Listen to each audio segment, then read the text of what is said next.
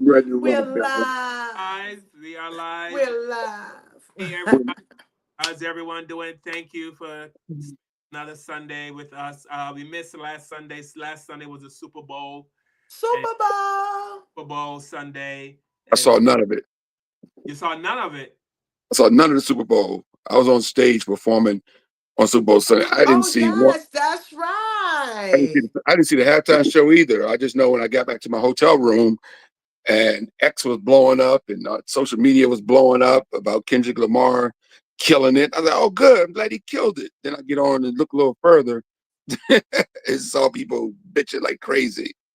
Blacks and whites. Oh my God. Of course, as we know, today's show we're going to be talking about the Kendrick Lamar performance and why are so many white people triggered by his performance. Is it personal? Is it that they didn't? I get take care of Some white people said there were no black people on stage, and they weren't happy with that. We're also going to talk about Stephen A. Smith from ESPN. He was not happy with Serena Williams because, in his words, she has a husband and has no right being on stage trolling her ex-boyfriend. That's not her place. There's so much we're going to talk about, and anything, as you know, blackity black black, we will be talking about today. Please like, share, subscribe. Please like the videos. When you guys like the videos, our algorithm goes up and we get branch out to more and more people. Tiffany, how are you doing? I'm good. I'm actually happy. God is good. I was partying last night with my mama. We went to the masquerade party. But shout out to Miss Leslie. But other than that, God is good. We are here. The wind is blowing here over here in New York. But other than that, how y'all doing? Good. Kevin, what's up, brother? How you doing? Kevin, I don't think we will always be a divided nation. what? We What? will I, always be a divided nation. yeah, I've lost hope. We're basically in a civil war right now. Just verbal civil war. I hadn't gotten to violence yet. Uh, I pray it doesn't, but we're definitely in a civil war. Uh, this country is so divided right now that we We are in always been a divided. civil war. Well, I yes, there's some truth to that, Tiff, but I think yeah. there was a balance uh, of it. What There was hidden racism, which Oh, is okay. good when So it's, that's it's the good when it's balance is being well, hidden. that's a good thing when it's hidden sometimes. No, I'm glad that they're I showing us think who they are, especially since your homeboy we always Trump know is. who they. We always knew who they were. I mean, it just I think social media has opened up the Pandora's box that has allowed people to become keyboard racists and keyboard cowards. Saying Right. things on behind the computer because they can't be held accountable in most cases, right? Hmm. So I think that's made things work. I think in 2008 when President Obama became president of the United States of America, and we saw a lot of old people crying about and everything, because it was something that nobody thought they would ever see in the history of this country, right? A black man being president. And I think people had hope then that it was going to change things and make things better. But what it did was actually we Open up received a can of racist. white grievances, uh, Hmm. 2.0, white grievances on steroids came about, and Yes. that's what got us where we are today, basically. So all of this is basically of the 2008. I said it over and over again. Yeah, that Um, did I'll open down up it. many I'll, doors. I'll down the hill with that again. That if president, we never had a black president, we would never have a Donald Trump, and if we don't have a Donald Trump, your racist will still be basically, you know, your next door neighbor, but he wouldn't tell you he's racist. Now your next door neighbor puts up a Trump a flag and let you know that how he feels about your black ass. So now that's where we at. All right, so before I kick it off with the videos, let me what's up, Jeff Shorts checking in from I think Jeff is in Mississippi. He's checking in. Woo! Glad you're still here. Um, Pamela Jones, Mama Lee's checking in. and all the other people on the other platforms. We want to say hi and thank you for checking in. And I was saying to Tiffany before, I was so Kevin. I saw some white comedian friends of mine that I've known for 30 plus years going in on Kendrick Lamar in a very personal way, and I was very disappointed. Yeah, and I know Kendrick is Tiffany, doing his job. but there's one female comedian in particular that her and I were so tight, and but it doesn't mean that I can understand people not liking the music, but Jesus, I mean, really, like all of this over a song, you That's know? because, Carl, let me say this real quick before we start. It, it's okay not to like Kendrick Lamar's performance, but it's not his performance they didn't like. It was his message they didn't like. Like, I sit here, I pride myself as being one of the first musical lovers on the planet. I love just about everybody. My playlist has everybody. But I'm not gonna sit here and lie and say that I know the Rolling Stones catalog. The Rolling Stones, I know one hit by the Rolling Stones, and that was a song they stole from Otis Redding. Right. I can't get no satisfaction. That's their biggest hit, which was a song they lifted from, they got from Otis Redding. So, but when the Rolling Stones did the Super Bowl, millions of black people didn't take to social media to bash the Rolling Stones or bash Mick Jagger. We just sit there and dealt with it. We lived through the music. We sit there, we watch the show, life goes on, right? We don't know who Tom Petty is. When Tom Petty did his Super Bowl thing, I can't tell you one Tom Petty song ever. It was what it was. But when white people don't like something, they have to go to social media and bash it. And that's the difference between us and them. They're not like us. Exactly. They want Bam! this. They want it destroyed. They're like, if they don't like it, they want it gone. They want it destroyed. You know, Yeah. just And like then they didn't see anybody look like them either, Carl and Tiff. They didn't see nobody look like them on the stage, which is really weird that they're bitching about all, black cast of dancers when we have lived through all white culture forever, especially if you're born in the United States of America and you're my age, I'm 60 years old. I mean, I was telling somebody on Facebook the other day, I remember when I was a kid, you know, the closest thing to a black person I seen on TV was Desi Arnaz, who, was a brown skinned man who was married to Lucille Ball and I Love Lucy. There was, then we had the black What? kid on, the You black said kid brown? on, well, he was Spanish. That makes him brown, Tiff. Oh, He's not, okay. Desi Arnaz, Desi Arnaz is a Spanish man, so But he he's a wasn't, very light, he's a, light, he's a, light. he's a Latin man. I'm just saying, he still was brown compared to Andy Griffin, or we grew up watching My Three Sons and Andy Griffin and Hee Haw and Leave It to Beaver and all these shows that were on Dennis the Menace. None of these shows had black people on it. My brother and I, one time we saw black people was when we watched Tarzan on Saturday mornings, and and those black people were made out to be savages. The people in the jungle were coming to get Jane, and they're gonna cook her on an open pit and kill her. So black people were made out to be savages. You know, Yes. and my brother and I used to root for Tarzan. So we're brainwashed. These people were these Africans are bad people. You know, Yeah. but that's the job that That's that America bad does on TV. propaganda. Yeah. Exactly. So there was no black people on TV. Somebody on my Facebook, I put on my Facebook, the same thing. Somebody said, "Oh, you had Little Rascals," which had what's the name? The one little black kid Eddie Murphy made fun of. buckwheat. Stymie, Buckwheat, yeah, Buckwheat. Buckwheat. That's supposed to be our role model, Buckwheat. you know, so And listen to Buckwheat. the name, Buckwheat. Like, Exactly. So, I mean, you had the Flip Wilson show in the '70s and stuff like that, but it wasn't a lot in the '70s. Flip Wilson show, uh, the Jacksons cartoon. We had Soul Train, but it wasn't a lot of black people on it television. wasn't a lot of 99, black people. We wasn't in those 99%. spaces. I would say 98% of TV was white. My Yeah. brother and I watched Starsky and Hutch and Beretta and Cannon, all these white detective TV shows and stuff that we used to watch religiously. We loved Starsky and Hutch. We used to pretend we were Starsky and Hutch. There were no black cops. So, and the only black guy on Starsky and Hutch was a pimp, Huggy Listen, Bear. I was watching the Dukes of Hazzard. I used to love the Dukes of Hazzard and didn't never Yep. know that was a Confederate flag that didn't like niggers. Like, We did my not know God. that. We did not I know the know. Confederate And flag. my parents didn't tell us. They didn't raise us and say, don't watch them. They don't like us. You understand? They just let us enjoy being children, enjoying, the racing and stuff. So yeah, There it's wasn't the no option racism. either, Tiff. We had like your parents would say, "Hey, don't watch, turn off Dukes of Hazzard, turn on Channel 4 because there's another show on that's we turn on Channel 4, the Brady Bunch was on.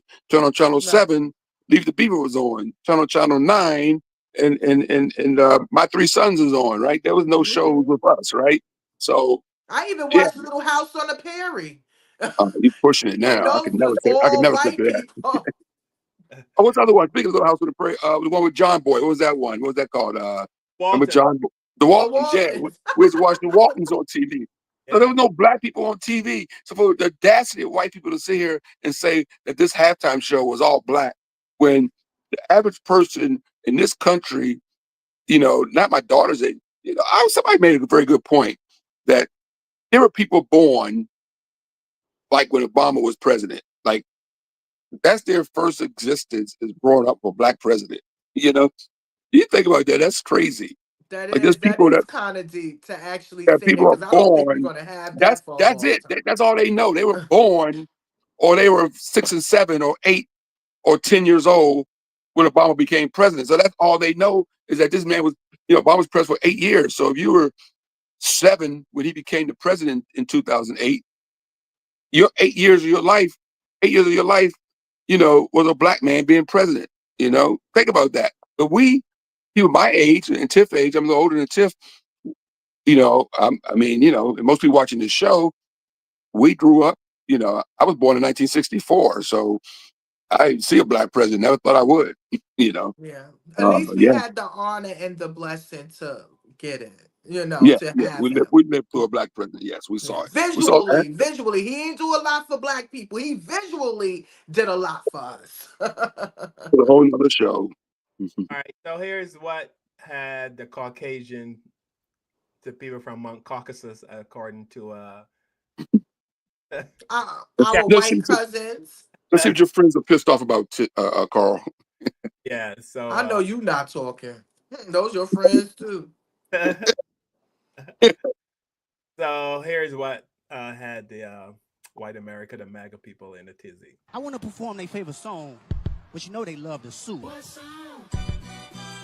Yeah, that song. Maybe I think about it. Oh, no. Know what? I slow it down. 2 minutes later. Yeah, that's what I'm talking about. That's what America wants. Nice and calm. You're almost there. Don't mess this. Oh no. It's a cultural divide. I'ma get it on the floor. You really about to do it? 40 acres in the mule. This is bigger than the music. You really about to do it? Yeah, they tried to rig the game, but you can't fake influence.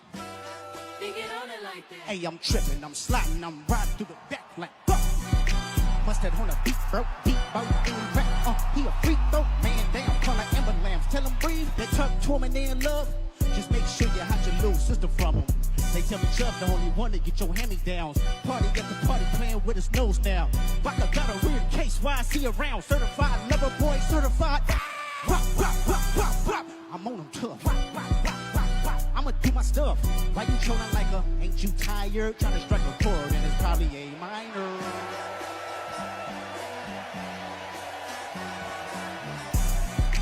They not like us. No. They not like us. No. They not like us. The NFL gave us unquestionably the worst halftime show we have ever seen. A tiny rapper in bell bottoms who 98% of the country has never heard of was allowed to play most of his largely unknown catalog for 20 grueling minutes in front of the entire world. The whole world just sat and wondered why they were watching this. Who is this? Everybody asked. No matter where you were, nobody had a clue what this was, except maybe 0.5% of the people in this country alone. And for a league so obsessed with diversity as the NFL is, maybe you noticed last night's halftime show was the first ever that we can recall that was fully monochromatic as far as race. In true woke fashion, this was done with no apologies whatsoever. American culture used to not allow such gratuitous racism. Now it applauds it, or at least it did. This is thankfully ending. For the last several years, the halftime show was awful. I didn't like halftime. The worst halftime ever. What a nightmare. I kept sitting there saying, maybe I just don't get this guy. Kendall Lamar, and he won all these Grammys. It was so bad. Jimmy Carter came back to life just to turn off the TV. Bro, I couldn't understand a word that was being said. It was hard to make out what was actually being said. So bad, Trump was hoping someone would shoot him in the ear again. Kendrick Lamar's 12 minutes of rap was basically a musical grudge match. For me, it wasn't mass appeal. The music itself is not broad enough or well known enough to reach generations. Now that Trump's president, we have someone like Willie Nelson at halftime. Let's put Carrie Underwood and Reba and Morgan Wallen. Let them have a go at it. A full-on Trump rally for the halftime show. Morgan Wallen or Zach Bryan plays us 2 or 3 songs. Trump comes out with an executive desk, signs 5 executive orders, and Shane Gillis takes us out with a 5-minute set. Best halftime show ever. All right, y'all, I'm sorry. Kendrick Lamar at the Super Bowl was whack. That was one of the worst halftime shows in recent memory. First of all, Kendrick Lamar is not mainstream. Like, people do not know those songs. The white people at the Super Bowl party that I was with, he may as well have been speaking Mandarin. All right, because nobody knew these songs. Nobody knew what he was rapping about outside of Not Like Us, obviously. But nobody knows these songs. Second of all, Blickety Black, I'm so much blacker than you. Halftime shows are very passe. Like, that stuff peaked in the BLM era. It's very not of this moment. It very much does not work. And also, it's been done better. So at this point, nobody cares. Third of all, 43-year-old mother of 2 Serena Williams in a bad blonde wig, like crip walking, is embarrassing. Like, I'm embarrassed for her. She should be embarrassed for herself. It's just all really, really passe. There is nothing about that halftime performance that worked. So what I need to tell the NFL, Rock Nation, anybody that's doing that Super Bowl, try to make a show that's for all of America, because that was not for all of America. That was for like a fringe that knows Kendrick Lamar and that knows, his raps. Like, you're not going to tell me that that man is mainstream, that this is some mainstream superstar whose songs everybody knows, because I am telling you, the people that I was with, those white people at this place that I was with were looking at each other like, they didn't know what was going on. All right. I didn't know what was going on. It was whack. It was boring. It wasn't cool. I'm tired of rappers at the Super Bowl. Like, can we have one Super Bowl where we just do something that just brings different genres together? Like, I'm tired of seeing rappers bopping around. It was embarrassing. It was bad. And there's a lot of black people in media that, their job is to say that everything that a black celebrity does is great and whatever. I'm here to tell you that it is whack. I don't care what anybody says. Kendrick was whack. Serena was whack. The whole thing was just not good. Y'all, can you imagine if next year's Super Bowl is all white people? Sniffany, girl, not today. We're tired. Why would you put yourself in this position? Because now I have mean things to say, and it's all your fault. There are several things that we could imagine. Imagine if your parents weren't cousinlings and they could stop kissing each other, and your family tree wasn't a wreath. Imagine if J-Lo never picked up a mic and didn't torture the world with her vocals. Like, these are the questions that need answered. But we don't have to imagine if the Super Bowl halftime performance was all white people, because it has been. In 1994, there was the Rock and Country Sunday Super Bowl halftime performance. In 2003, there was Shania Twain. In 2005, Paul McCartney. 2006, the Rolling Stones. 2008, Tom Petty. 2009, Bruce Springsteen. I could go on, but you get the point, right? Right. Also, I looked through your page, and you're a Trump supporter.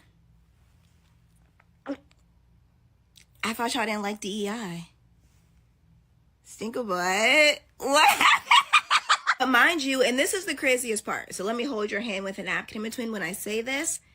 There were white people all throughout Kendrick Lamar's performance. And I understand your brain is smooth as satin and your last 2 brain cells are fighting for 10th fucking place, so let me explain it to you. In the very beginning of the performance, we have Samuel L. Jackson dressed as Uncle Sam saying, "Welcome to the great American game." He wasn't talking about football. He was talking about how America controls us and plays a game, and how do they do that? With white supremacy and oppression, girl. That was created by white people. Further on in the performance, we see that Samuel L. Jackson says that Kendrick Lamar is being too loud, too reckless, and too ghetto. Who created those stereotypes? White people. We also see Kendrick Lamar reference 40 acres and a mule, a promise made by white people to previously enslaved black Americans to give them land and resources to help them economically.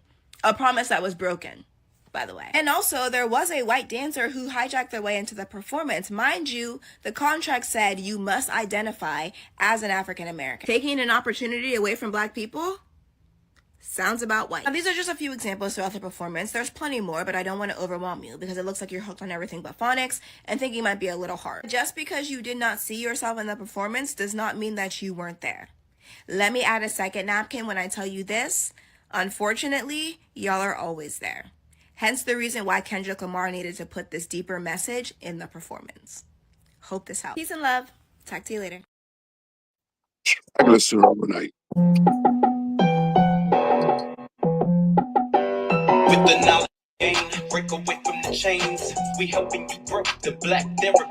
We in a safe space, dealing with the black trauma. We unpacking and inspecting all our baggage and drama. Cause we gotta unite, no more killing each other. It's time to see a new future for my sisters and brothers. You know it, Kevin, Carl, and Tiffany, you'll have an epiphany. We'll give you everything you need to handle the enemy. We're giving you empathy, we gon' challenge you mentally. The right conversation so you grow exponentially. We built your penitentiaries, we built all your schools. Gave us brainwashed education, just making us fools. Hatred was what we got in exchange for love. No more manipulation from my God up above.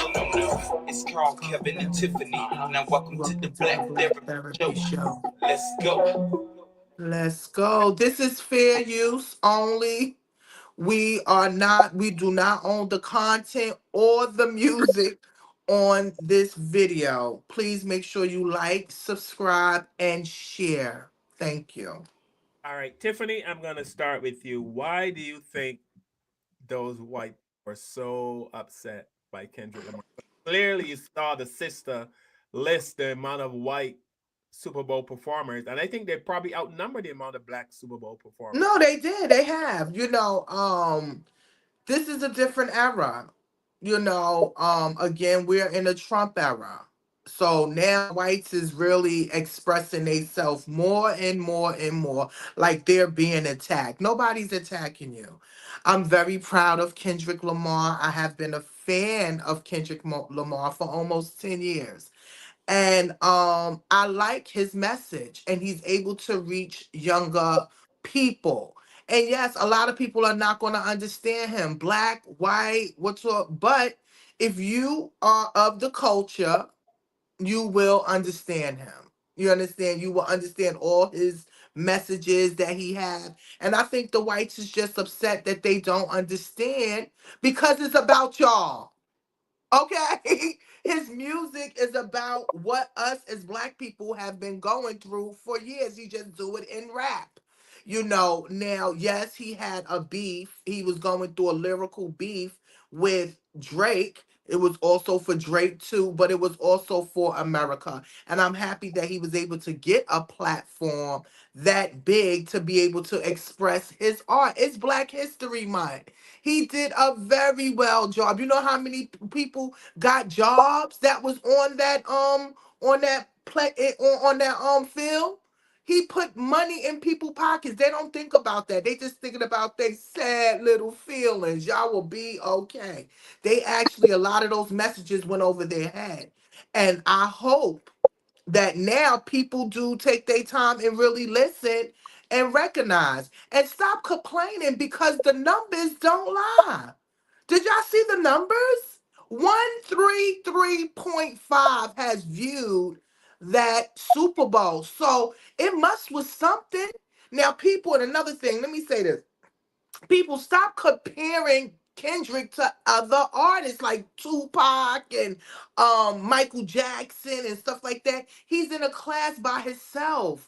Michael Jackson got those numbers 133 point, I believe 1 or 2. He got those numbers without social media.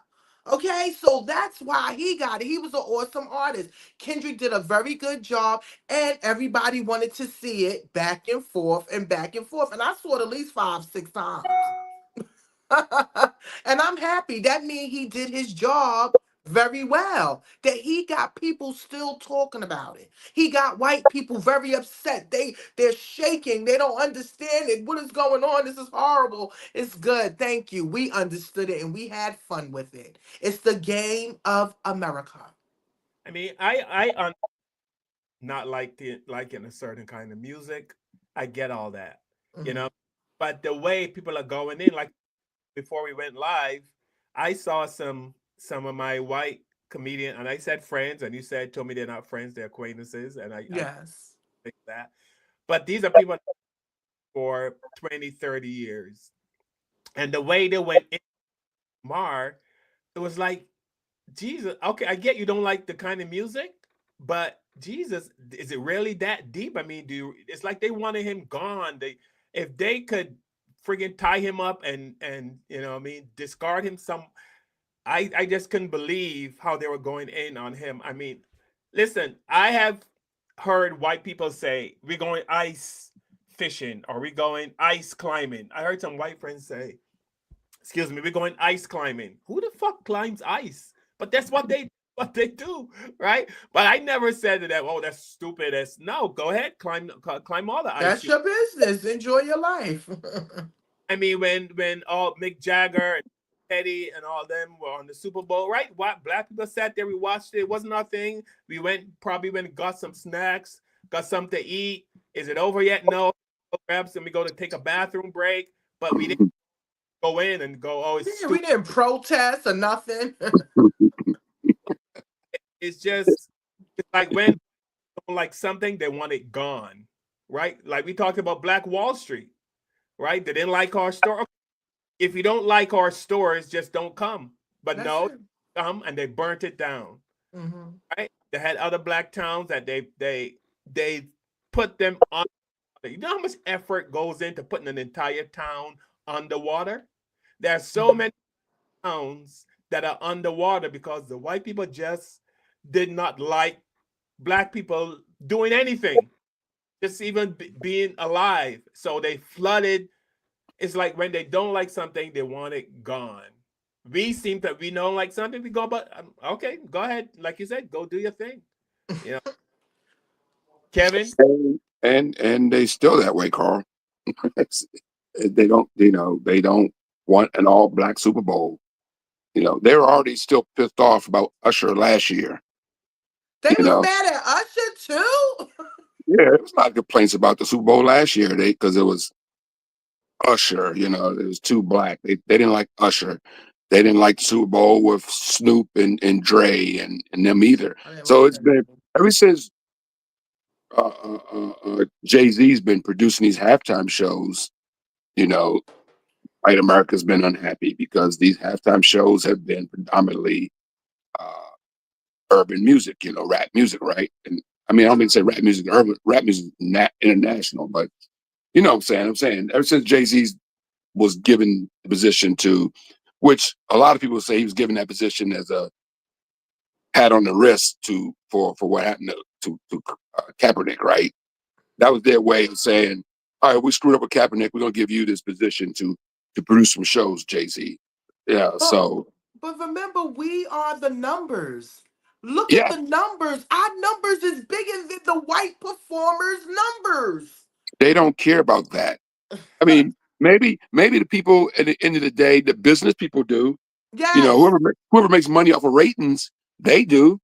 The advertisers who spend millions of dollars to run ads, they do because they've been trying to say, by the way, that because of Kendrick Lamar's halftime show, viewership dropped off for the third quarter. Viewership actually dropped off because the game was basically over at halftime.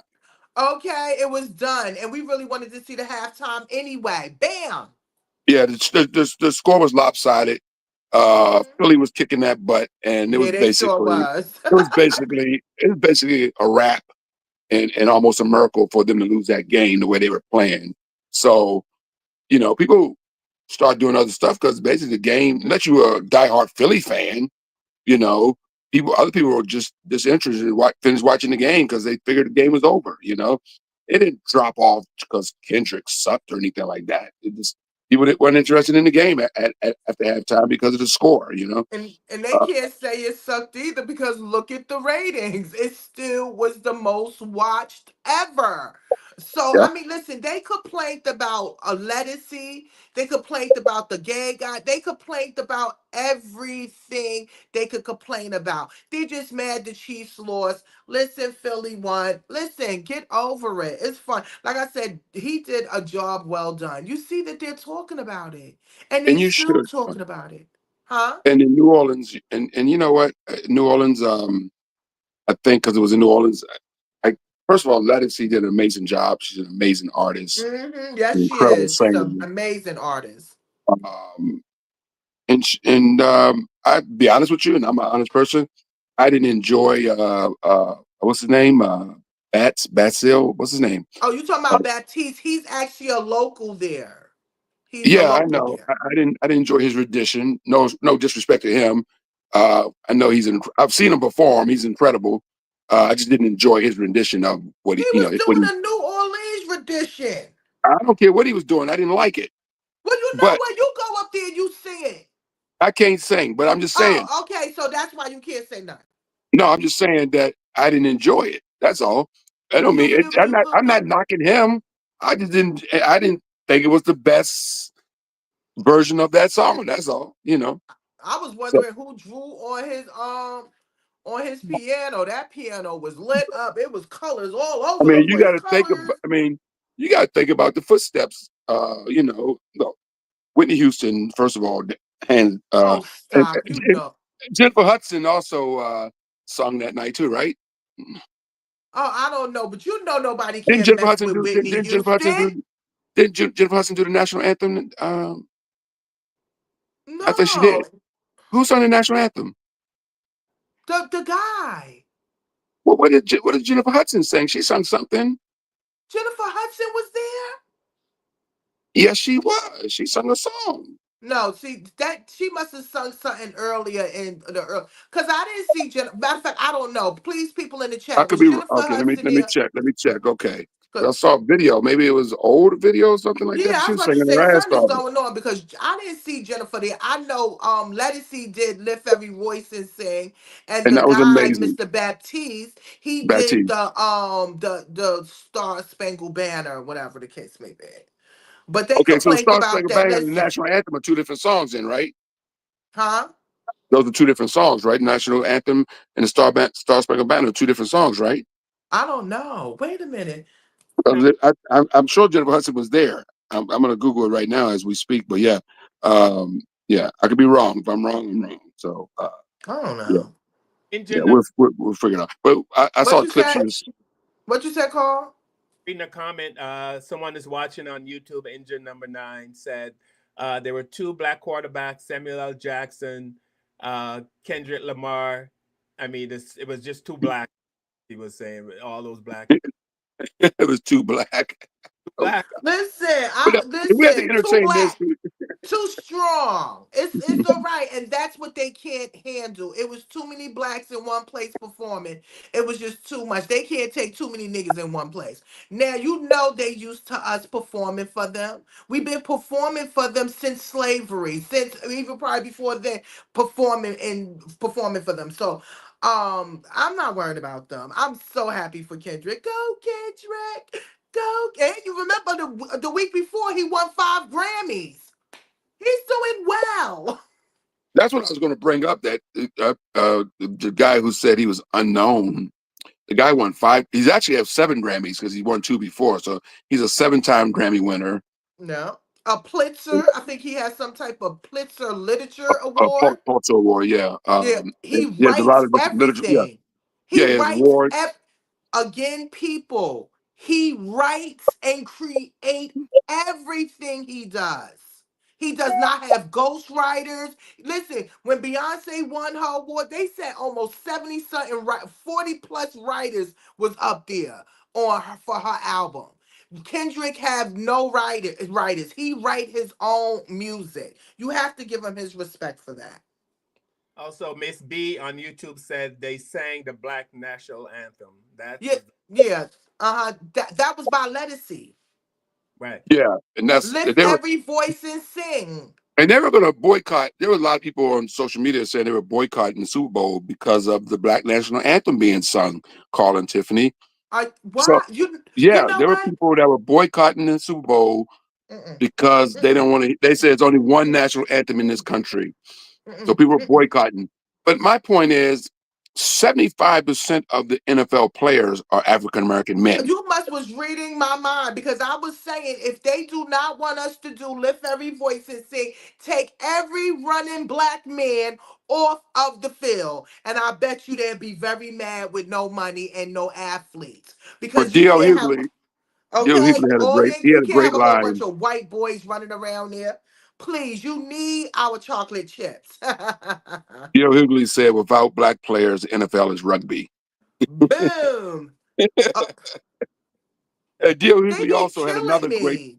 He had another great quote. D.L. Hughley becoming some great quotes. He says, "Y'all noticed." He says, "Y'all noticed there were no black dancers on the field, but y'all haven't noticed that Trump has no black people in his cabinet." Basically. Yeah, so that was a Basically, great they line. trying to turn it back into some white. Because I heard he's trying to do. Again, I don't understand why white people feel so. Matter of fact, why they feel threatened. Look, the Super Bowl. I don't know why they feel so threatened. We don't care about y'all. We just want to live our life in peace and balance and raise our kids and get the same benefits they as got. You know why? Because we've been here just as long as you've been here. Okay, that's all. We don't care. Am I right or wrong? No, you're right. The bottom line is they don't want us to. They don't want us in any positions of power.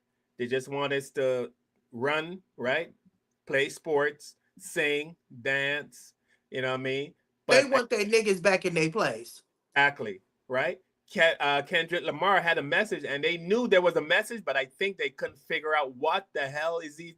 It's like he was communicating with other black people, and they had no idea what he was saying.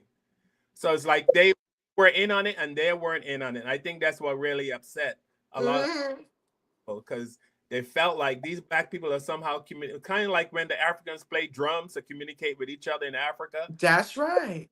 You know, so they they just don't like us communicating, right? It's kind of like when you see a group of black people get in the city, the police will come and say, break it up, Mm-hmm. break it up. Even if you work a job and three black people get together and having a conversation, and I experienced this, where you're literally talking about work, and I remember somebody came and told me and a couple other black people, we were talking about company business. And the manager said, asked us if we could break it up and get back to work. We were working, but the fact that a group of black people were talking made him nervous. He didn't say that, but kind of got the message. Yeah, his energy gave off that. Right. So that's what it is. They don't want to see black people, united. You know. Okay, so if they don't want to see us united, and you don't want us around, and we create our own, why you becoming player hate and trying to take it from us? You understand what I'm saying? Once we build it, we do good with it, and they see how successful we are. Y'all want either a piece of it, or y'all want to buy it from us so we can continue to work for y'all for the rest of y'all lives. I just don't get it. We do not want to be bothered. Okay, we don't. Just can't like I'm not gonna talk much, but there's a leader in Julius Malema. His name is. He's one of those black leaders coming up in Africa who thinks white people should not be in country. They want all their land. Mm-hmm. White people just need to go. We don't need you. Now Elon Musk wants to declare him an international criminal and is trying to get him jailed because he's fighting for black people. Because he's getting Fighting for his people, fighting for his African people. Yeah, and it's sad because they came there with that apartheid, okay, separating, taking black people lands, they tribal lands, and all of that. And now that they want their lands back and they want them gone, all of a sudden they want to jail the people that are trying to fight for them. You understand? Or even silence them. You knew that they when with the COINTELPRO, where what they said, anybody that is of a Messiah like, they need to be neutralized. They do not want nobody to be able to talk any positivity or try to move forward because they don't want that. That means we move forward, we will be very successful. And that's what's scary. And just gonna, if you're watching the show and you don't know how white people own so much land in Africa, and you can look this up, this is how they did it. White men went to Africa, got on a horse. This is literally how it was done. Got on a horse. They rode for 3 days in this direction, like they went north. Then they rode for 3 days, 3 days, and made a square. And that's how. And then they claimed that land, even though people were living on that land. You know how much cover in 3 days? Yeah, Shaka Zulu, that if you listen to the Shaka Zulu story, remember he fought them. He fought and everything to keep his land, but they were ridiculous. So that's what I'm saying. Like, these white people is crazy. Now the black people in Africa are saying we want our land back, and they're claiming no, it's ours, but you stole, already had people on it. You know, for generations and generations, thousands and thousands of years they've been there, minding their business. Yeah. So I mean, with Kendrick Lamar, as soon as they see us getting too much power, we saw the movie Malcolm X, and this did happen, from what I understand. When the crowd was gathered, Malcolm X came out and waved his arms like this, and the crowd. Oh, you talking about when they got locked up? Some people got locked up, and he went down there with the FOIs, Fruits of Islam, and they marched down there, and he must have did his where they marched and they moved, and they was like, this black man got too much goddamn power. What the hell? Absolutely. So it's like, is the fear of a black man having too much power, in that when they saw Kendrick Lamar, you know, doing his thing and talking about a lot of white people had no idea what 48 acres and a mule. Because their parents never told them that they owe black people that. That's why. But you talking about white people. Let me tell you something Kendrick Lamar said. He said the only person that congratulated him on his the Super Bowl was Nas. And now you see that he has did this performance. You seeing his own people coming for him, disrespecting him, instead of saluting him that he made it this far as a black man to the Super Bowl and sending a message either way. And he's playing the rap game because it's being competitive, because this whole thing was a competitive thing against him and Drake. You understand what I'm saying? But no, everybody is hating, and it's really sad. And even, what's his name, Stephen A. Smith, or whatever the case may be. Let me tell Stephen you, A. now, I don't, Smith. whatever That, his, you said yeah, Stephen? yeah, Stephen A. Smith. Yeah, Stephen him A. Whatever, Stephen. Stephen H. I Smith. Yeah. didn't like the disrespect that he gave to Serena. Serena has a husband, and her husband co-signed her doing what she doing. It wasn't like he had a problem. Like he said, that same dance that she did it at her Wimbledon event, right? I think her tennis event that she did. And they tried to fine her for that right there, just because she was dancing and being happy. She's from Compton. That's where she's from. You understand? So why should y'all try to, oh, if that was my wife, which you don't have a wife, I heard you don't have a wife. But if that was my wife, oh, she wouldn't be going over there and stuff like that. No, no, you can't do that. Let her enjoy herself. Drake played her twice in his album. He mentioned her, disrespected her man, and called him a groupie. So now she's crip walking on your damn ass. Okay? I So loved it. I loved it. some of the pushback on the dance, and it's been cleared up, by the way, was because Serena Williams' older sister was murdered Oh in yeah. God bless in her gang soul. Her violence. sister.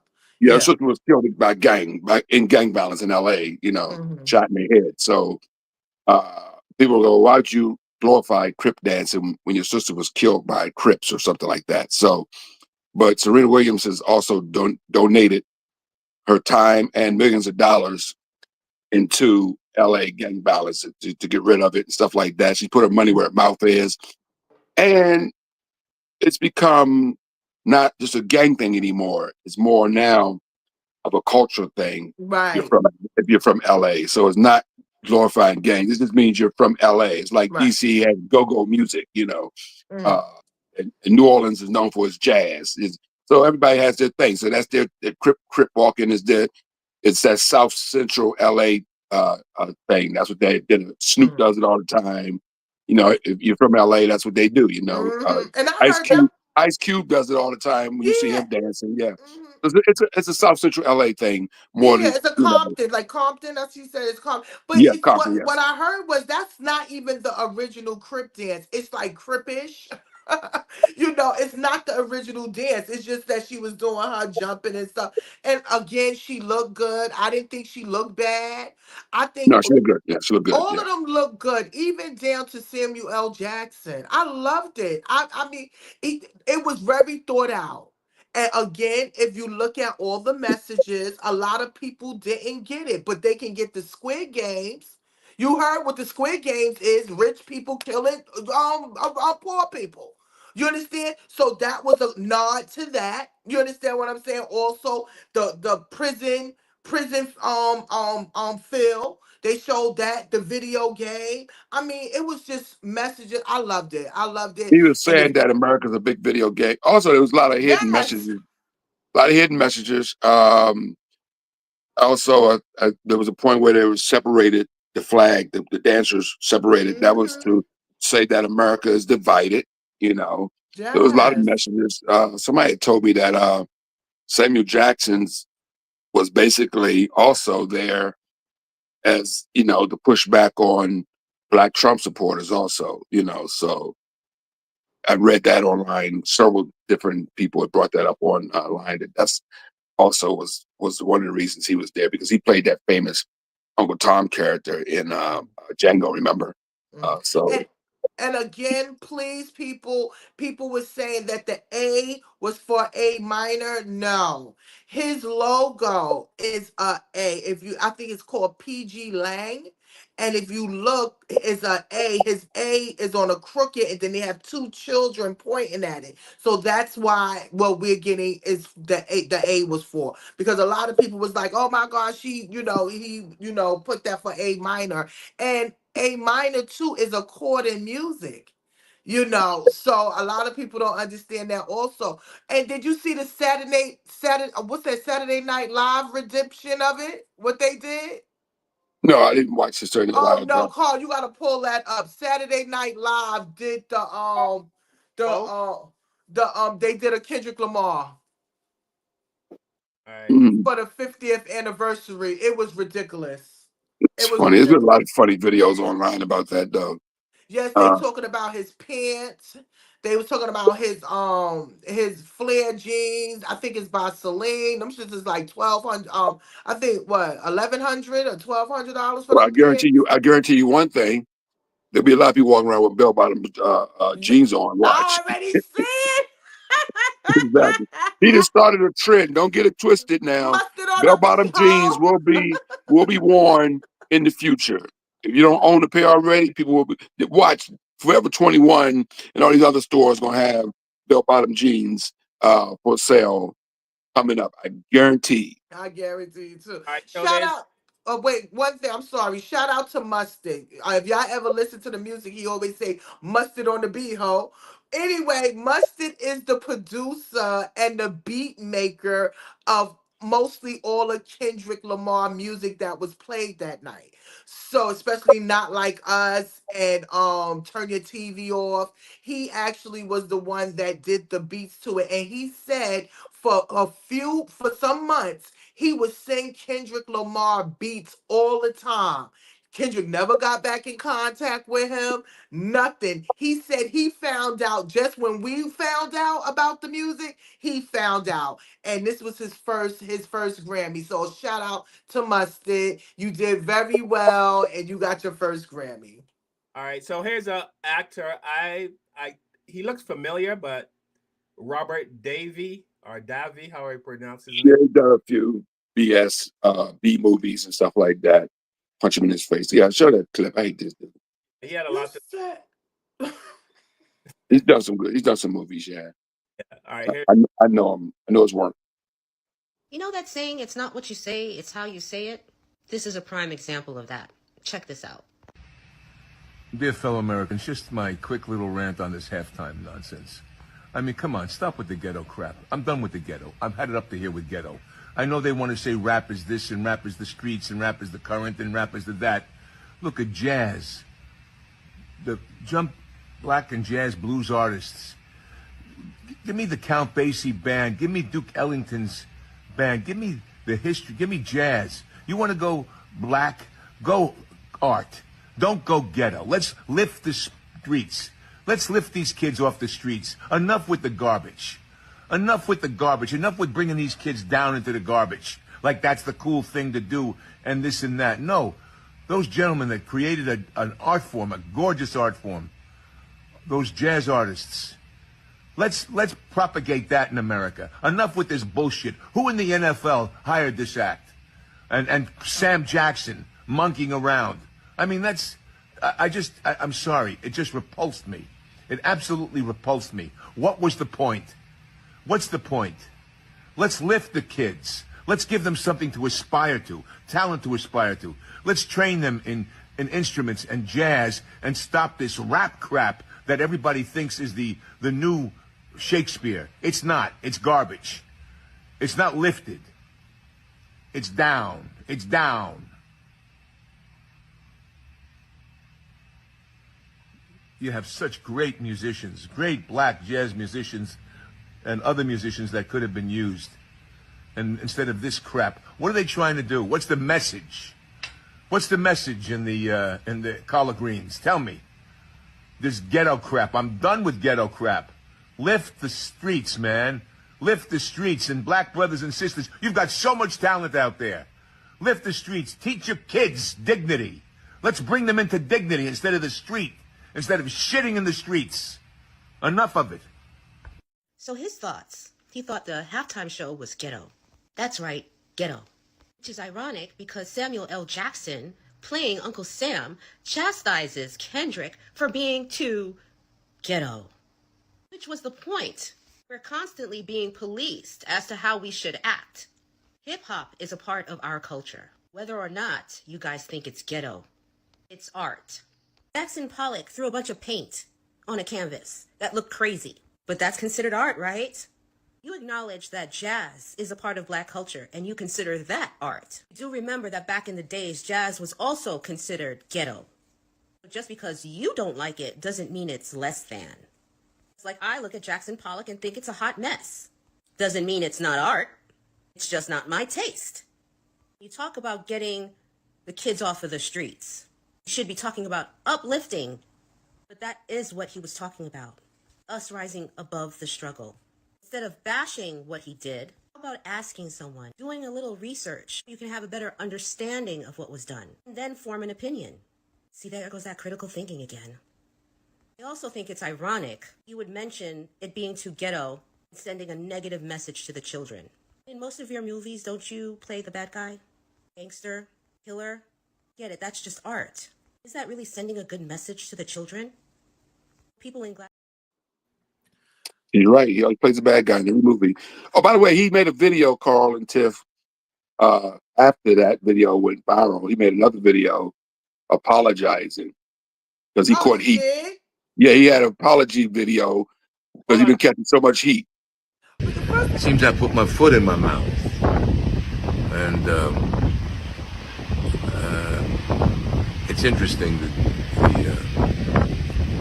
the conversation that it started, my criticizing of the halftime show. And I'll want to be totally frank, above board, honest with all of you. I've gotten many criticisms against what I said, and I've gotten people that have agreed with what I said. And I want to address those that disagree. And if I offended anyone, I apologize. And I want to give you my train of thought here. And I want to also give a shout out to a lovely gentleman that made a message on his Instagram account that I took note of. And I want to respond to that. radio blitz, I mean you. And I'll start with that, I guess, because my comment was about the effect that rap music seems to have on today's youth and the youth. And I have to say over decades, yeah, I've got several decades. I'm a child of the 50s, born in the 50s. So I've seen, 7 decades, almost 8. And yes, I played a lot of mafia guys. And yes, there are a lot of Italian cliched cultural buzzes that have happened. I've done a lot of mafia characters. Gangster. I did it because I look like a gangster, but I wasn't educated. Well, whatever. Yeah, we don't need your apology. Did you hear him? He said, why was Samuel L. Jackson monkeying around? Yep. Did you hear that? Oh, he Monkeying got an ass around. whooping coming. You did everything why we are what we're doing. You never even took the time to even listen or find out about that man. To be honest with you, Kendrick is very, very, how can you say, is good for the culture. I'm sorry. He is very good for I would have my nephew. I don't have a problem with my nephews listening to him.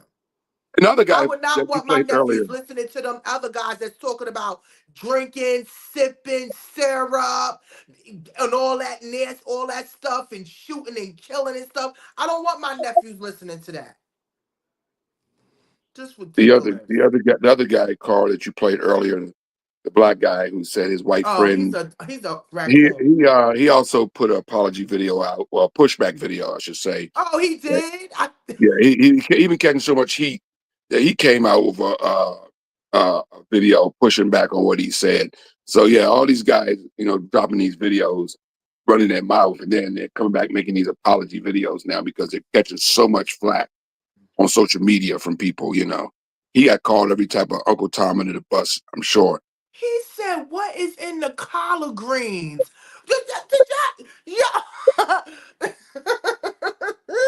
Yo, white people, y'all are entertained. To be honest with you, white people are very entertaining to me.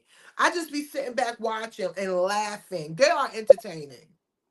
Oh, by the way, Shaquille O'Neal posted something about a week ago, and it's been blowing up and getting a lot of backlash. He actually owns the rights to Elvis's music.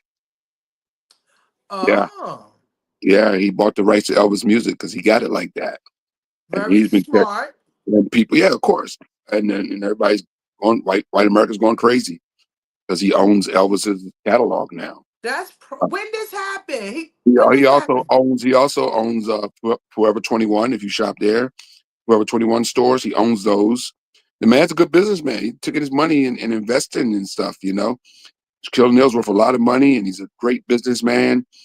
And he's buying shit. He got Elvis's catalog. He owns Forever 21. He owns some other businesses too. So yeah, he owns a lot of businesses and stuff like that. But it was the Elvis catalog. That's the point. We should be owning our businesses. Yeah, people are going Okay, crazy. we supposed to be creating jobs. And to people that have money, won't you start opening up manufacturing companies here in America instead of trying to get everything made in China? Okay? Make it here in America. Bring jobs back to America. All right, we have Lauren Davidson on YouTube, who is obviously not a hip hop fan. Doesn't seem to be more Kendrick. It's okay. It's okay not to be a hip hop fan. What they say? That what has hip hop done to the black community besides send our people? She says our people, so I'm assuming Lorraine, I'm assuming you're black. Send our people to an early grave or jail. That's for some and not all. All hip hop bad hip hop? No, it's not, and that's the point. Why would they think that hip hop was created because of the black experience in America. In America, hip hop didn't start out with "fuck a bitch, fuck a hoe, eat." You understand what I'm saying? Drugs. It didn't start off like that. It rapped about what was going on in the community, what people were feeling. You understand? Just like our music, our jazz. Like he kept talking about jazz. You understand? Jazz was rhyming. They was rhyming, but they was doing it in a different form to the beats, to the instruments. So, I mean, people just Tell her to go Google Sugar Hill Gang, listen to their music, and tell us what part of that sent black men to jail. right. Yeah, Tell our early hip tell her hop listen to didn't send nobody to no exactly. jail. Black hip hop was around. Tell us listen to Big Daddy Kane or any of those people, even LL Cool J, who's still around. But let's do all these hip hop of the '70s. I mean, of the '80s, and tell us which one of those records talked about violence and stuff like that. It wasn't. A lot of it was uplifting the community. A lot of it was about just dance competitions and rap battles and stuff like that. Yes. There was no violence involved. The reason gangster music became popular was NWA on the West Coast started rapping about their experiences growing up With in the South Central cops. LA. They started rapping about how cops were abusing them and how they were being called the N-word on a regular basis by police officers. So they came over with this gangster music. It was just basically their experience of growing up in the hood. So they weren't trying to glorify it. They were just talking about their lifestyle of just being around gangsters and being in the Crips and the Bloods and a lot of those guys were part of the Crips and Bloods. And if it wasn't for rap music, they would be dead. Right. You And know, then it was Ice-T is now a TV star, a millionaire, a very successful married man with children. He'd probably be in jail or dead if rap music saved his life. yeah.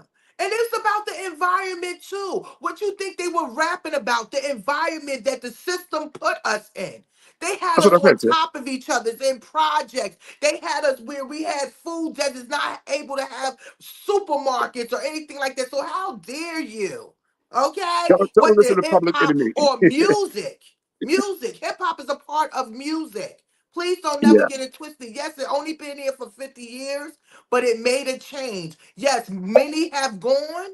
Many have is very successful today. So yes, I don't salute the what's going on today with the drugs and all of that and all that sex and all that stuff. I'm not with all that unhealthy killing and all of that stuff like that. But hip hop, I promise you. I'm from that era. We did not start out killing and what's going. And you want to hear something? The first person that got killed was a young man. His name was Scott LaRock. He was down with KRS-One. That's what Mhm. made them do the self-destruction. I found that out listening to MC Light. She was on That's a this great thing song, by called the The way. That's a Front great Porch. song. That's a And great she song. said and that was my first album I ever bought with Self Destruction because we wanted peace with our young people. But look at the system, the jail system, the school system, our housing system. I mean, come on, please don't do this. Don't do it. Us black people can create anything. And you know what they do? They steal from us. How come white people don't? How come people like black people say, "Oh well, what has rap music done for black people?" How come nobody ever asks what rock music's done for white people? Okay. How do I go? Well, what schools have Mick Jagger built? Or what schools have Aerosmith built for the white community? You know, what schools have Joby built for? What has he done for the white community? Nobody ever says that, right? But No. we always got to put black people in a position where, well, what have y'all done for black? What have Luther done for the black community? You know, like it's always like people don't do that to white artists. You know, you never hear the white artists getting put in that sort of situation, but they always put that on the what rap done for black people. You know, like why do rappers have to do anything for black people? You know, they feed their families and rap is a way of earning a living, and they take care of their families. That's what they're supposed to do first, right? Like you know, it's not like you know they're not obligated to do anything for anybody. You know, Yeah. some of them And do give back. A lot of these businesses, a lot of these businesses that rap people do, they do give back. You just don't know about it. you don't know that. I saw what's the people that had the song what's out of Jersey? What's their name? I can't think of the name from Jersey. Had the song. You down with OPP? Who sings that song, Tiff? You talking about Naughty by Nature? Naughty by Nature. Them dudes do a lot for their community. They've done a lot for the community out in Jersey where they're from. So yeah, these And guys do LL give back. too. Yeah, I saw LL. them get back. Wait a minute. I'm listening. I'm seeing the young lady. First of all, I'm a part of. I know all about the African Bombada thing. I'm not down with that. I'm against anybody that takes advantage of children. So yes, let me put that on the record. Yes, it was allegedly that he took advantage of children, especially one podcaster that is a top podcaster, Hassan Campbell, that's been telling his story from a long time ago, and people made him feel like he was nothing because he was trying to share his story. So I know about that. You said something about Dr. Dre and Ice Cube. Yeah, like most of them did come from families or they didn't live in the hood like that. But Dr. Dre, I would never respect him either. Yes, he's a good producer. He has produced many hits, but also he abused women. I'm not respecting that either. So anything you throw at me, Miss Lorraine, I understand and I know. So okay, But that go goes back to my point I always say on this show. And if you watch it for the first time, ma'am, I always say this on the show. Why do we have to be perfect? Yeah. White America's not perfect. You know, Phil Spector killed somebody. There have been so many murders and stuff from other artists that weren't black over the years and stuff like that. You know, I mean, so why we always got to be like you find there've been millions of artists, millions of black artists in this country that do wonderful things, R&B, jazz, and rappers. Where you find two or three people that done something bad, and those are the people that we're going to discuss. We're gonna talk about the three or four or five bad people in rap music when there's tons of positive people in rap. You know, I mean Chuck D and all these guys, and Chris from KRS One. You know, all these guys. There's so many positive black rappers that put out positive music and done and give back to their communities. A lot of these guys come from some really rough places in Brooklyn and in the Bronx. Yes. You know, And you have a unfortunately, choice. people like Biggie was made by the media. I mean, not by the media, by the system. The West Coast rap became so popular at the NWA. The music was skyrocketing. The money was skyrocketing. And the East Coast rappers didn't have any answer to that. So that's where Biggie came in. Biggie was the closest thing to gangster rap that the East Coast had to offer. That's why they pushed Biggie out there and basically made him a star because they needed somebody to bring those dollars Hey, but in. he wasn't even in a gang. He wasn't even a gangster like that. No, he was like wasn't, but they made him a everybody say he was gangster. like a big teddy bear. Yeah, but they made him into a gangster because he was Right, able the to media. betray that in his rap songs. He was able to convince you that he was that guy, right? So his music and he was the answer to Biggie was the answer to West Coast rap, basically. All right, we got Yeah. someone who wants to join the conversation. Vovo Rant. Did I say that correctly? Yeah, Ranch. Yeah. How you Yeah. doing there, brother? What's up, brother? Hey, what's up, man? How you doing, bro? Welcome to the show. Yeah. I just clicked on the topic. I just wanted to just add my little 2%. The reason why the white folks, why they so upset is because they obsessed. That's just what it is. They're gonna be upset about anything we do. If you fart, they want to smell it. Anything you do, you got a smile on your face. They want to know why you're smiling. And this ain't nothing that's new. You know what I mean? This is something been going on for hundreds of years. They are obsessed with black people. Black people don't seem to realize that this is a weird obsession. It's like a fetish almost. Not even almost. It's a fetish. They got a fetish for you. They want to know everything you do. And they need us too. Well, yeah, they disguise their obsession with us behind racism, but it's really they can't look away. And I say this all the time. That's a weapon that we're not using. That's a weapon. If you got somebody's undivided attention to where they will watch you and follow you and need to know everything about you at all costs. Even they're willing to die. They're willing to give their life to know what you're doing, to be in, to criticize, they willing to give their life for your attention. And that's a weapon that we're not using. Yeah. Right. Hear you on that, because Kevin and I talk all the time about, I mean, Kevin travels with it, you know, when I travel to do comedy, and you walk into if you're in a southern town, not even a southern town, a town that's you want to get something to eat, you go into a restaurant, the restaurant is all white. When you walk in as a black person, the entire restaurant stops. Absolutely stops. I have witnessed this many times. To a restaurant, and every single white person that's eating would stop and look around. You know what I mean? I have everyone's attention just by my mere presence. Yep. So I get what you're saying. Can I add this, right? You know, I say this all the time, brother. I swear to God, you exactly right. A black man's presence brings a weird energy out of these people. You know what I mean? It brings a fear, it brings a lust, it brings an attention-seeking energy, a curiosity, you know, an anger, an excitement. You know, it just brings a weird energy out of these people, just our presence. Yeah.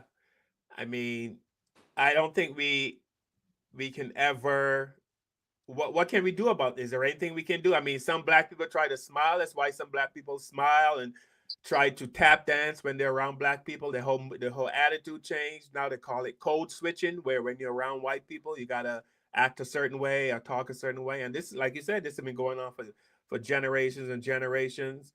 But at the same time, there's nothing that we can do to change how they feel. They still don't like you because you're black. You know, you can hair, you can put contacts in, make your eyes a little blue. You know what I mean? You can do whatever, but you're still black. Well, here's my thing, right, brother? I don't like them. I do not like them. The type of people they are, I don't like them. I just don't agree with the way they gotta interact with the planet. I don't agree with it. I don't really like them. So I don't like them. The goal ain't to change them. It's a weapon. What we should do is take it away from them. Right. Take it away. Just take our presence away. They're going to be our money. Yep. Our money. Yeah, our presence. You got to come to us. If you like what we doing, you got to come to us. You like our music, you got to come to us. If you like our talent, whatever, we should have our own. I wish we had our own football leagues, basketball leagues, own community somewhere away from them. If you like our stuff, you got to come to us. You know what I mean? Because that's what it is. They know that they got the system. Do you think that our people are thinking like that, especially our people with money, like with Jay-Z? You know, I wonder, do he think that far? Is he thinking of, you see, he has his management company with his artists, with his, because he does sports too. You know, do he think about that? Having our own everything, you come to us. You know, but this is a white America. I don't think it's gonna happen like that. I mean, brother, what everything you're saying is true, and Kevin and I say this all the time, and Tiffany. But can we have the money, we have the resources, but do we have the mindset to just focus on ourselves? What it is, what I see, right? Because I want to get started myself. I'm a truck driver. I make a decent income, but you know, I don't have the money to get started. You know what I mean? But I'm saving and I'm working on it. We don't have the organization. That's what it is. We're not organized the right way. Do you know who your black plumber is in your city? Who your black I don't know beauty shop owner? Yeah. Your black electrician. Yeah. We should know this stuff unconsciously. We should have like a place where we can go and find each other and then we just strictly deal with us. But I don't want to say strictly because you know we do gotta live around these people, but we should deal with us first. For me, that's what B1 means. You gotta be black first. We just deal with our people first. If my people don't have what it takes to do the job, then it's okay to do business with them. But I want to go black first. Right. Well, and that's what we promote here. Definitely, they know I do. I do black thing, everything. I got my earrings is made by somebody black. My hair is done by somebody black. My dress is made by somebody black. I don't Nobody. play those games. You understand? We have to support each other, but we also have our outlet now. We have Google Smoogle. We have hashtags now, black owned businesses. We can find black owned businesses for us. Now the next thing is our black owned businesses have proper management. Again, like you said, we don't have a lot of proper management. Now, something that you were saying, Carl, that with us coming together, I think that us as black people, we need counseling. We don't know how to be together because we have been separated from each other for almost 500 years. We never got counseling or help or assisted mentally for what we have been through all these years. In years, generations. So now we want to stick together, but we don't know how to deal with each other. We don't know how to have a conversation with each other. We don't know how to have critical thinking with each other. We don't even know how to sit down and eat with each other and give each other love. You understand? Because we've been so separated. Our fathers are not in the home. Our mothers are struggling. So no, we need assistance. We need assistance. And that's what we should I ask our disagree a money little. for. I disagree a little bit with that, Tiff. I Why? think because I think that it's not that we've been separated. I think that we're comfortable. That's all. We're just comfortable now, Tiff. You can Because normalize black, dysfunction. you go back to Black Wall Street 100 years ago, right? 103 Mhm. years ago to be exact, I believe. Before that town was burnt down. Uh, and the other towns, there were about maybe I think a dozen towns throughout the United States. Uh, and before they were all burnt down, black people were living amongst each other. Uh, One thing I found about Black Wall Street, Tulsa, Oklahoma, that town had everything. Had bowling alley, movie theaters, shopping centers, banks, schools, it had everything. You know what it didn't have? It didn't have a What? jail and a prison. Africa because we either. weren't because we weren't selling drugs, we weren't killing each other. We No. were living amongst We each other by the hundreds, and there was no crime. That's why that town didn't have a jail. There was because no we were crime. surviving Jim Crow. We We were tried to taking survive we civil. were comfortable. We weren't comfortable. We were taking care of each other because we weren't comfortable. Right. Is what We I'm had saying, to. Tim. They didn't want us in none of their So stuff. now we're comfortable. We got mansions, we got millions, we got BMWs and Benzes, we got nice houses, we got nice clothes, we got everything, and now we're comfortable. So I think that's the problem that we're dealing with right now, Tiff. That's why we can't get together. All our billionaires and millionaires can't get together as one and create these things that the gentleman's talking about, and that Carl and I, we all talk about on the show all the time, that we need our own cities. We need our own town. We need our own grocery store. We need this. We need that. We're never gonna get any of that because we're too damn comfortable right now. And we Everybody's are living high. mentally not ready. Everybody's living high on the hog, and that's it. So we weren't mentally ready in 1905, but we were It living was a amongst each different other. era. Come on. We didn't have drugs. We had white people that was trying to kill our ass. It wasn't drugs. It wasn't the system. It wasn't that. It was just white people, period. We was trying to. So yes, we did create that, but it was a totally different era. We had to Where do you think because the they drugs came didn't want us from? in their clothes. They didn't want us in their restaurants. They didn't want us in their department stores. So what we had to do, we had to make our own stuff. But you And want the to hear guy said, something? and the gentleman, what's your name again, sir? I can't see. I can't read Grant. how much answer. Yeah. He also said our own like teams or something like. We had our own baseball team. We had our own Negro League, Yeah. and we But were the white selling out. water was Our better. our Negro leagues were selling out. People were paying to come see these Negro players play baseball because they were so damn good. And there was never an empty bench at a baseball park at a Negro League baseball game. What happened was the white man saw that and he's like, wait a minute, we can get some of that money. Well, how do we get that money? We invite them to come play with us. Then all the black people that go see those games will come see our games because their games weren't selling like our games.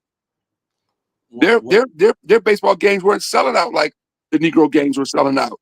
So then We when they bring the talked us money. into coming over and playing with them, and then Jackie Wilson. I mean, not Jackie Wilson.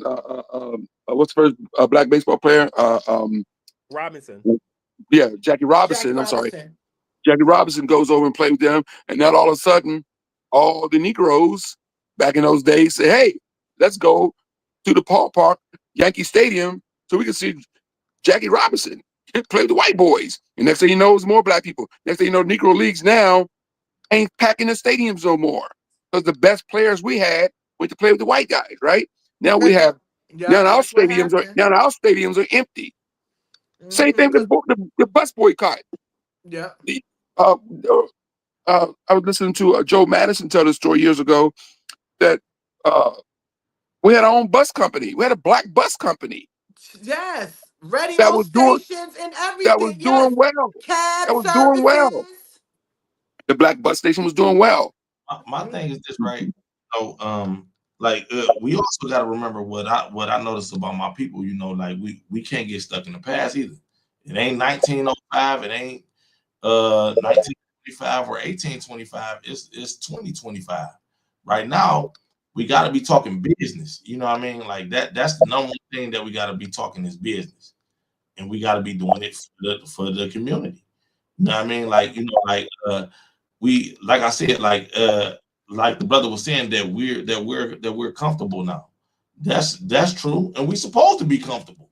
You know what I mean? Like you work to be comfortable. That's what I work for. I work to be comfortable. You know, I want to be in a comfortable position. You know what I mean? But we can't. Really what I see when I talk with black people want some sense of sovereignty. You know, we want to have our own shit. You know what I mean? And ain't nothing wrong with that. That's fair. But at the end of the day, you know, we not about to leave America. So I know I'm not. I'm staying right here with these I ain't slave going masters. nowhere. I ain't going nowhere. So we gonna have to work with these people.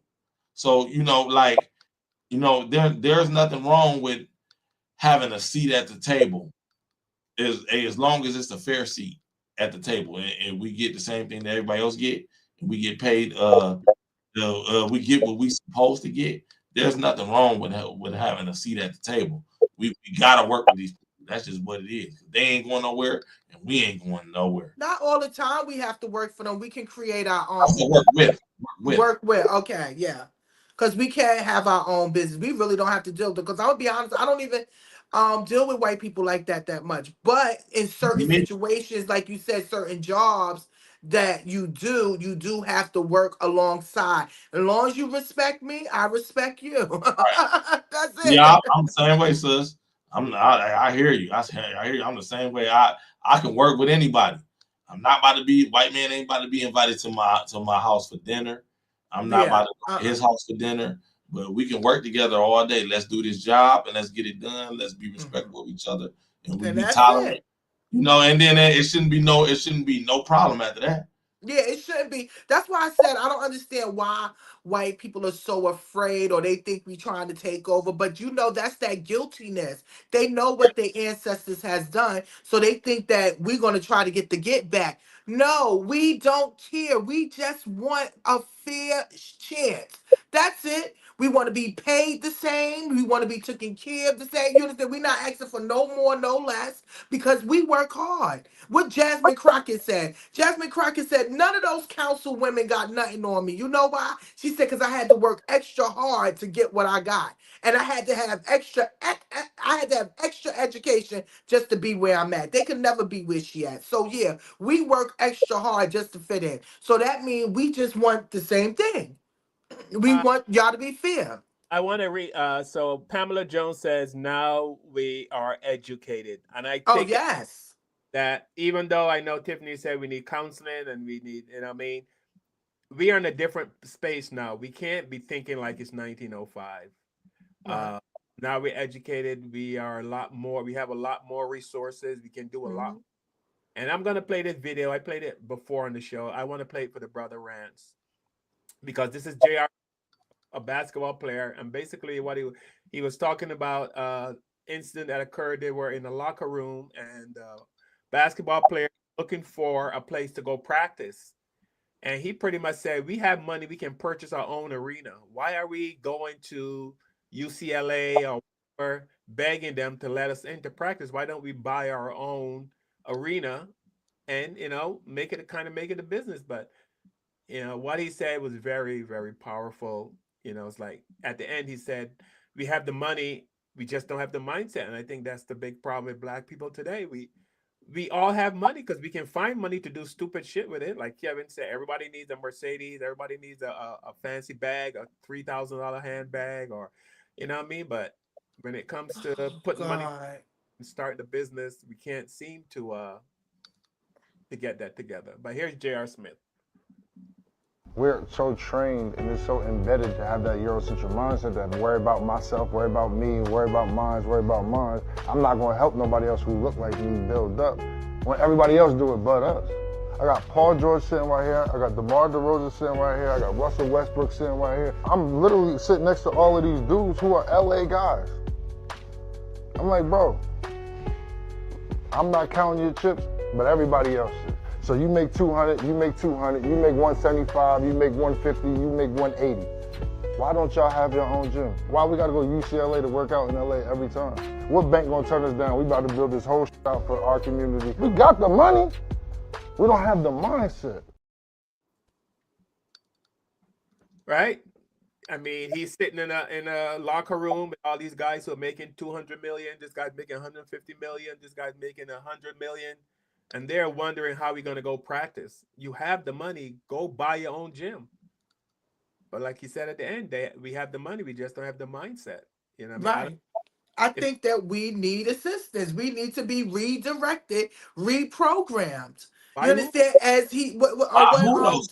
That's dangerous to say that to me. I'm just saying. So I don't mean to cut you off, but that's dangerous. Who gonna reprogram us? Who gonna? Go ahead, brother. We can't have them do it like that. I don't agree with that. No, we can't have them reprogram us. I didn't. No. I never said them. I never said them. I'm saying if you listen to what I said, us as black people need counseling and assistance. We need to be reprogrammed to get out of their program. You understand? And start thinking more of self, family, peace, balance. You understand? Because a lot of us are mentally in chaos. I'm sorry. I'm gonna keep stressing mental health awareness. I sit and I watch and I see people that is mentally not there because they went through so much in their life. Generational curses. A lot of us black people need assistance. I'm sorry. We need assistance. That's why we're not flourishing like we supposed to. We are flourishing. That's what this frustrates me because Carl just played a video of a man sitting there saying he's sitting next to 5 millionaires. Like we're not struggling. I mean, the guy, Paul just played the video. We're sitting next to, he's sitting there talking. First of all, he's a millionaire and he's sitting there talking They're to not 5 struggling. millionaires. I'm struggling. What you talking about? They're not struggling. Well, don't speak it into existence then. You're struggling. They're A not lot of people are They're not struggling. Struggling. It's struggling. No, struggling is a whole different thing. You feel like you're struggling. That's because you're comfortable. There's people that are doing 10 times worse than Tiffany. No, I know Trust that. me. I know that is doing 10 times as worse. Just like that for them. If that was the case, you said he got $5 million. Why they not building something for themselves? Because that's not a part of their contract. I'm telling you. It's not a part of their contract. No, you can build anything you want. It's just like he was saying, they don't got the mindset. They don't got they don't got the organization yet. And when you start doing big business, $1 million business and shit like that, it'll be people trying to steal. You don't know who to trust. You want to protect yourself. I get all that. You know what I mean? But you know what I mean. But somebody gotta start. He been talking like that for years now. He been saying that several times. There's several videos of J.R. Smith saying that with his weed head ass. He a weed head. Look at him. He look high in that video. But just because the brother smoke weed, so what? He's a smart brother, and he want to try. You know what I mean? So that's what we need. When I think I'm not sure I want to put words in your mouth. But I do agree with you when you say we need to be redirected. The culture needs to change. Right. You know, it needs to change. And how do we do that? We got to make the culture common knowledge. that you go to the black store first. You go to the black business first. You do that first. You know what I mean? That's got to be a part of this I work. agree with that. I agree with that, bro. But I think, and my argument on this show, we've been doing this for a long time, man. The show's been on for years. My argument's always been, we don't have to change. We ain't doing shit wrong. Right. It's not They us. have to change. We don't have to change. Black people ain't doing nothing wrong. First of all, the drugs became our problem, but we didn't invent drugs. No, I'm right? not saying drugs. The hoods, we shouldn't have hoods in the richest country in the world, but we do. So, but my point is, black people, we're not doing nothing wrong. We're getting it in. We're surviving. We're a people that weren't even supposed to learn to read. And we got billionaires and millionaires. We own businesses. They didn't think we was going to get this far. We have black judges, a black president. We have black people in Congress, black people in the Senate, black people police officers. We have black governors. We have black mayors. We have black school teachers, black college professors, black radio hosts, black movie stars, black R&B stars, black rock stars. We have everything. I mean, what don't Which it what was don't very we have? hard for them to get there. We have everything. Tyler Perry owns movie studios. Oprah owns a TV studio. We have black business people that we don't even know that are making millions of dollars running businesses. Black people. We're black airline pilots. Only a few. Well, that's okay. We have some. We're black At least we got astronauts. some. We have black astronauts. So we have black people in everything. Black doctors, black lawyers. What we doing it, man. Is we can't stop racism. Only people that stop racism is the people that invented it. White people. Okay, White yeah, that's who they invented it. So they don't know people that can change racism. We can't change. Dr. King couldn't change it. Malcolm couldn't change it. Nobody can change it. A black man cannot stop racism. Only people gonna stop racism is white people teaching the younger generation that we all got to live together on this planet. Now, we could do better. As Dr. King said, we would learn to live together as one, or we perish as fools. All together as fools, right? So, I'll say this. apparently, we're not learning to live together. So,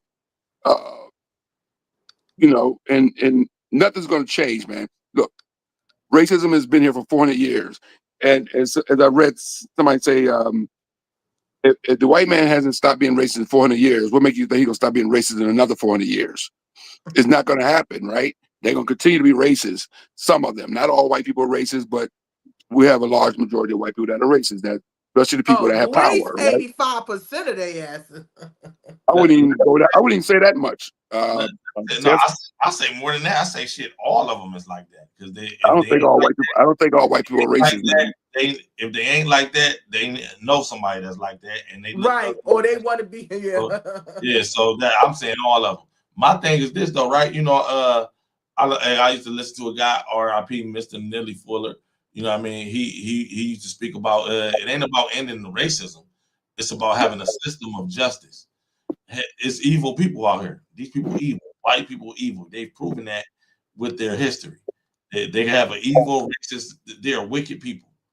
That everybody they ever encountered, they did them wrong. That's just who they are as people. But you can't stop evil. But you should have a system of justice. If you do an evil act, it should be a punishment for that. That's what we need. You're not going to change the evil people. You're not going to change their hearts. You're not going to change their weird obsession with you. You're just not. But if you do something evil and wicked, or you go against the rules of society, you should be punished. And that's justice. You know what I mean? That's what we need to replace the system of white supremacy with the system of justice. No, that sounds good. And thank you so much, Vovo Rants. Thank you for calling in. We really appreciate you. Thank you. Thank you very much. Appreciate you, man. Thank y'all for having me. Anytime, man. Anytime you want to chime in, we appreciate that, man. Yo, I need to follow this. Yes, definitely follow us and come back, subscribe. Man. And come back, man. We appreciate you, bro. Thank you. Thanks a lot, man. Appreciate it. Thank you. Watch us every Sunday, 7. We're here, man. Okay. Thank you, brother. Have a great one. That's awesome. That's awesome.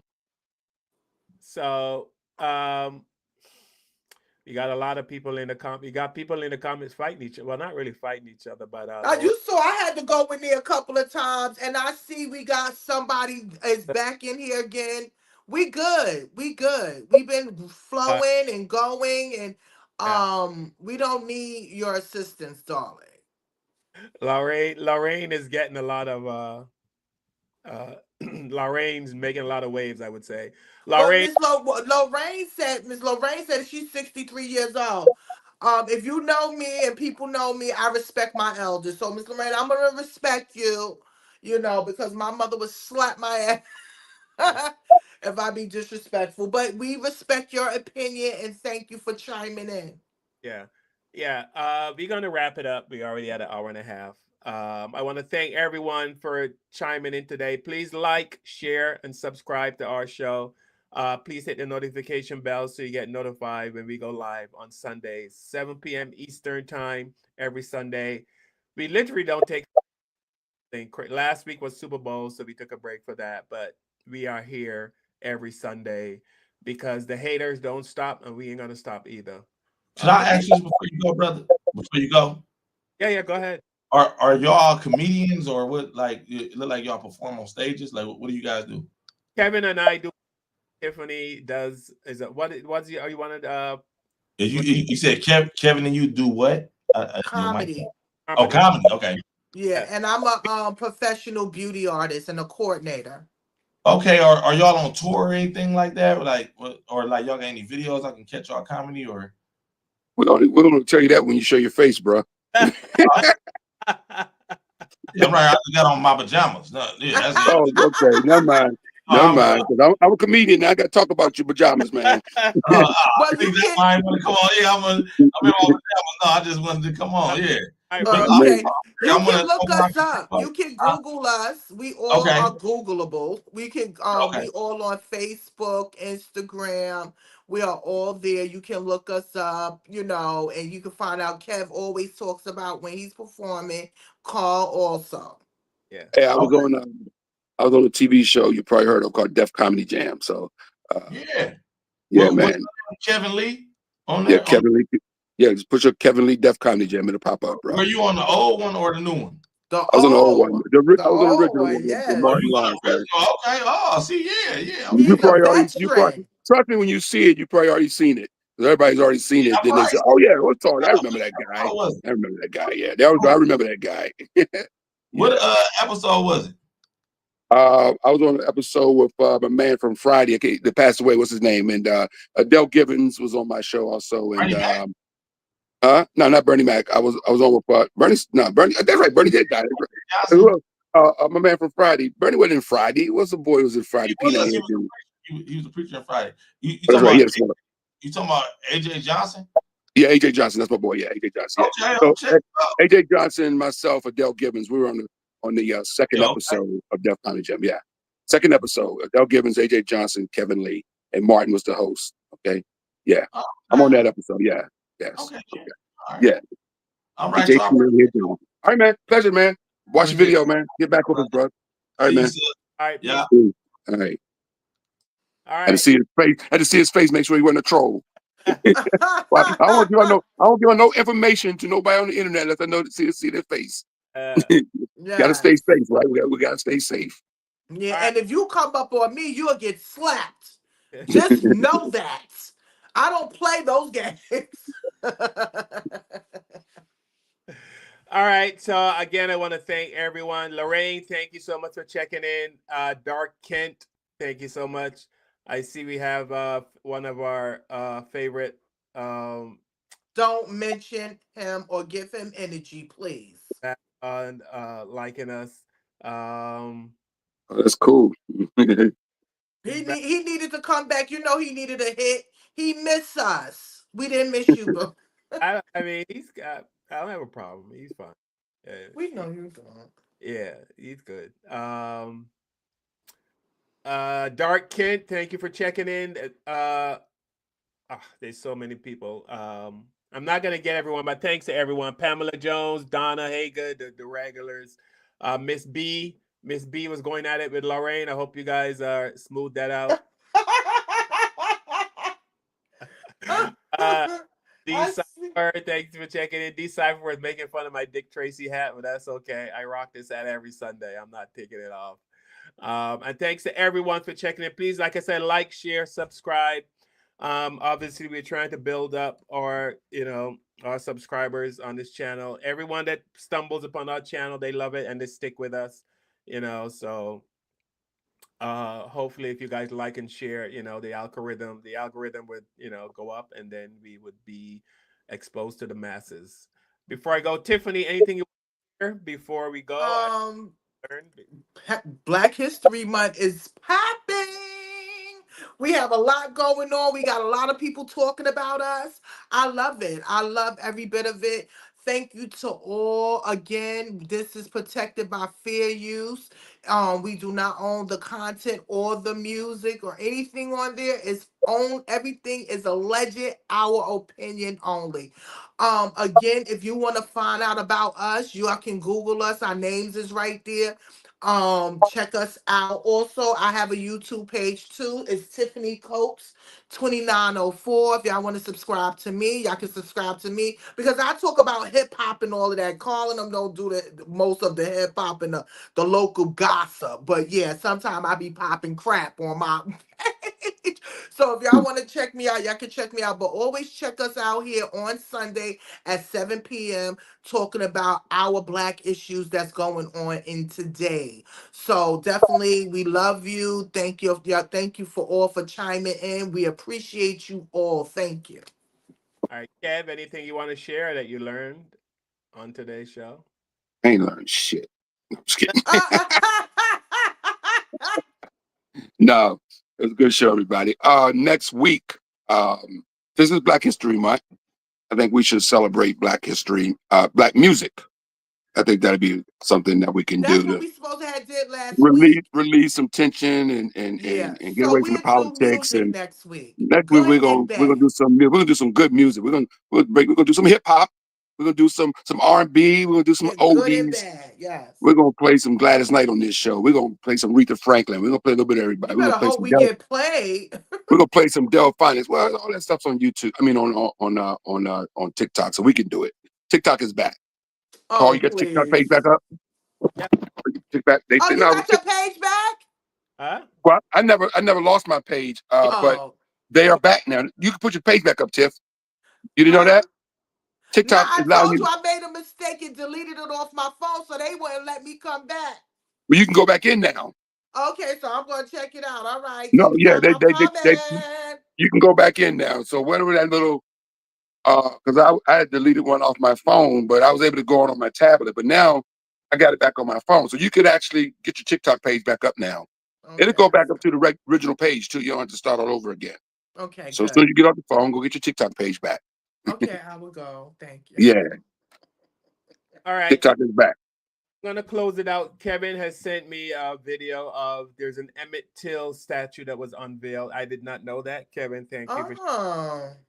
Yeah, man. I hope I can see it one day. It's amazing statue. Where is it at? Is it in Mississippi or Chicago? That's a good question, Tiff. I didn't even see that. That's a good question. Oh, he's from you Chicago. gotta ask those questions. You know what? I believe I hope it's in Chicago because they might have put it in Mississippi where he was murdered at, though. You never know. So that's a good question. I have to look into that. But the statue is definitely up. Thanks for showing that, Carl. Emmett Till, rest in peace. Yes. And also, this kind of bothered. There's a Chinese company that's selling Kendrick Lamar T-shirts. Oh well, that's nothing new. But you know he's a public figure, so when you're a public brother and I used to figure, do stuff. you We used to really vend it back in the can't day. do anything unless you sell a certain amount over. Then you have to pay him. What I don't like, check it, but look at. So we're gonna close out the show, but I'll show the video. Okay. Guys. Why you trolling like a bitch? Ain't you tired? Trying to strike a chord and it's probably A minor.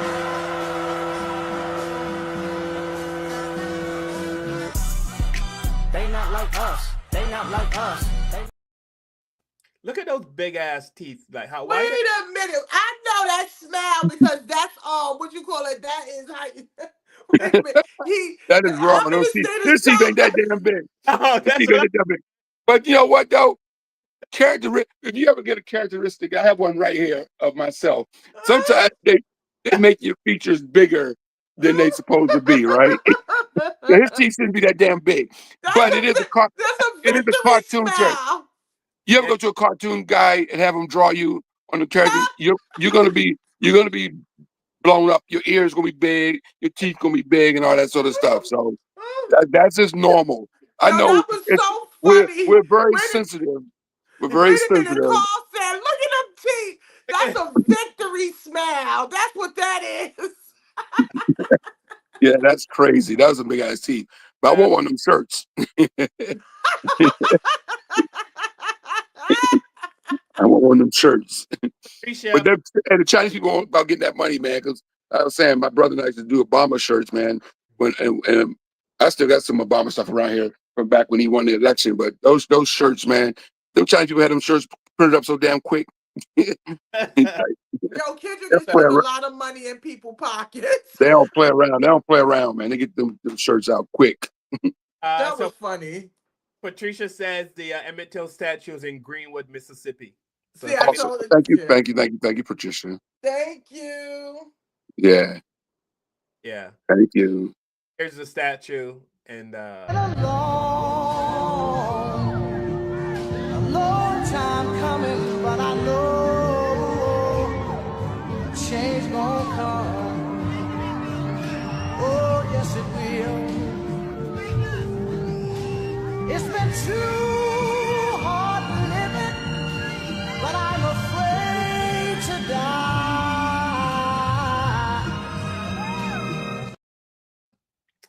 that was Emmett Till, folks. God bless his soul and his mother, Mamie Till. We honor and salute them because her son was sacrificed for us to have civil rights. God bless them.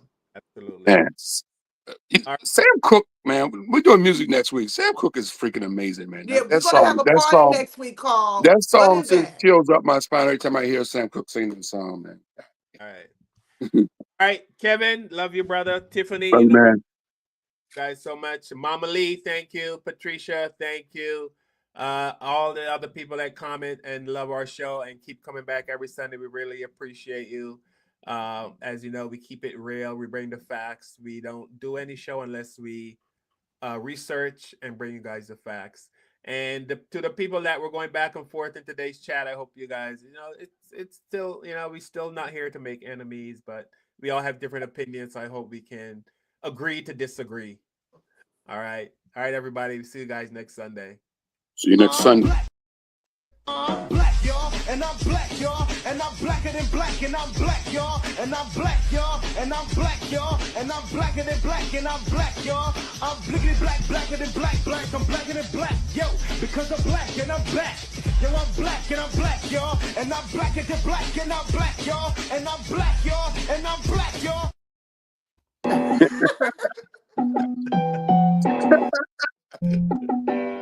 It's been my ringtone.